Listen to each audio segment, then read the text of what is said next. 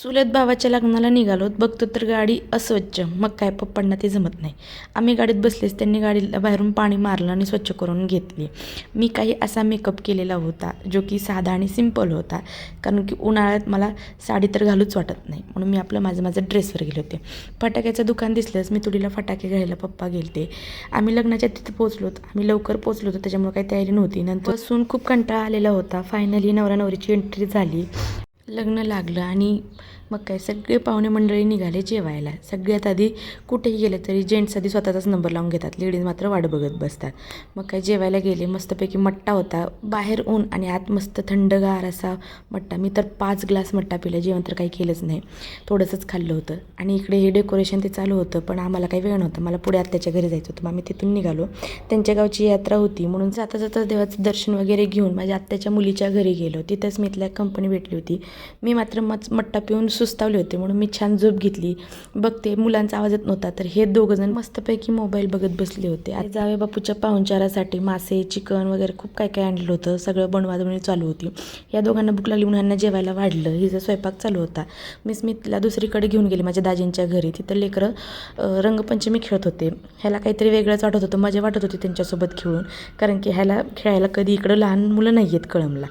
छान एन्जॉय केलं त्यांनी. खेळून झाले. सला दुसरा खेळ भेटला. मी काही नॉनव्हेज खात नाही, त्याच्यामुळे मला वहिनींनी इकडे साधं बनवलं होतं जेवायला. हा पप्पांसोबत सगळीकडे हिंडत होता मस्तपैकी. तिथून आत्याच्या घरी गेले. आत्याबाईचं आमच्या काम चालू होतं, मग तिच्याशी गप्पा मारत तिथं बसले. आजी आली म्हणून तिला काय काय दिवस तिला वाटत होतं, मग तिने घरची ज्वारी थोडीशी दिली. मग तिथून मी दुसऱ्या पाहुण्यांच्या घरी गेले होते. आमचे सगळे पाहुणे त्याच गावात आहेत, मोस्टली 4-5 घर. त्यांच्या गावची यात्रा होती. मग काय सगळ्यांच्या घरी हिंडून आले आणि इथं जेवायला बसले. मी वहिनींना मसाले भातच करायला लावला होता, जो की माझ्या आवडीचा आहे. वहिनींनी त्यांच्याही शेतातले गहू मला दिले. इकडे भाऊ आला होता गहू घेण्यासाठी. गाडीत गहू ते टाकले. मी जाईपर्यंत यांनी माझी डिक्की फुल करून टाकली होती. मला तर काय काय दिले ते सुद्धा माहिती नव्हतं. मग सगळ्यांना भेटले, केलं, सगळ्यांशी गप्पा मारल्या. मॅच होती, मग हे दोघंजण मॅच बघत बसले होते.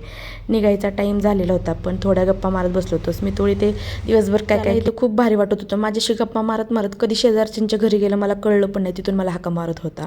हा इतका फास्ट इकडं तिकडं करतो, काहीच विचारायचं नाही. मग सगळ्यांना टाटा बाय बाय केला आणि आम्ही निघालोत घरी. दुपारी आम्ही आलो होतो तेव्हा काही गर्दी नव्हती आणि संध्याकाळी मात्र इथं खूप गर्दी झालेली होती. वाटेत तहान लागली म्हणून संदीप बिस्लेर आणायला गेले, पण संदीपने बिस्लेर न घेता दुसरंच काहीतरी घेतलं होतं. ते होती बासुंदी. वुमन्स डेचं काहीतरी दिलं नाही बायकोला, म्हणून माझ्यासाठी त्यांनी माझ्या आवडीची बासुंदी आणली होती. ती खाल्लीच. मी तुला वाटलं ती आईस्क्रीम आहे. मग काय म्हणलं थांब मी टेस्ट करतो, आणि केली. त्यावेळेस त्याला ती अजिबात आवडली नाही. त्याला बासुंदी वगैरे असलं आवडत नाही, आईस्क्रीम असलं खूप काही आवडतं. आणि छान अशी बासुंदी खात घरी निघालोत. घरी आलोत आणि बघितलं डिक्की उघडून, तर आमची डिक्की फुल भरलेली होती. कांदा, लसूण, काय काय काय काय खूप इतकं सारं सामान दिलेलं होतं की काही विचारू नका. पण ते आणायची ताकद आता आमच्यात नव्हती. माझी मावडी झोपली होती, मग संदीप तिला कडेवरच घेऊन आले. चला बाय, भेटूयात नेक्स्ट व्लॉगमध्ये.